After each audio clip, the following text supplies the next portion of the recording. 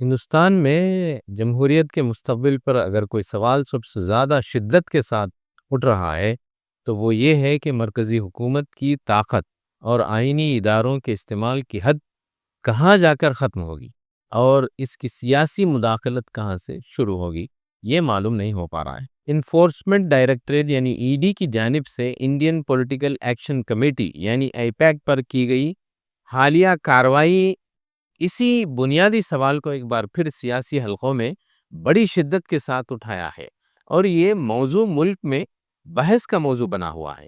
یہ محض ایک ادارے کے خلاف تفتیش کا معاملہ نہیں ہے، بلکہ سیاسی مشاورت، انتخابی عمل، اداروں کی خود مختاری اور دستوری حقوق کے باہمی تعلق کا ایک حساس مقدمہ ہے۔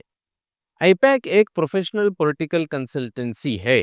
وہ بذات خود کوئی پولیٹیکل پارٹی نہیں ہے، اور نہ ہی وہ اپنے آپ کو کسی خاص نظریے سے وابستہ ہونے کا دعویٰ کرتی ہے۔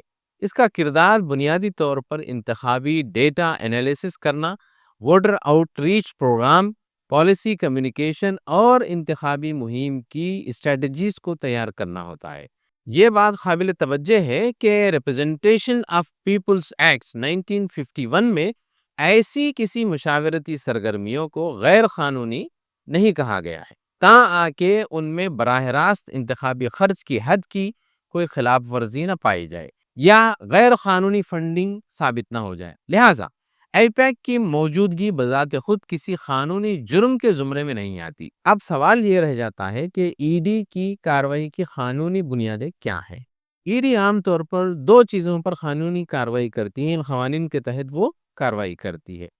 پہلا ہے کہ prevention of money laundering act یعنی PMLA 2002 کا یہ قانون ہے۔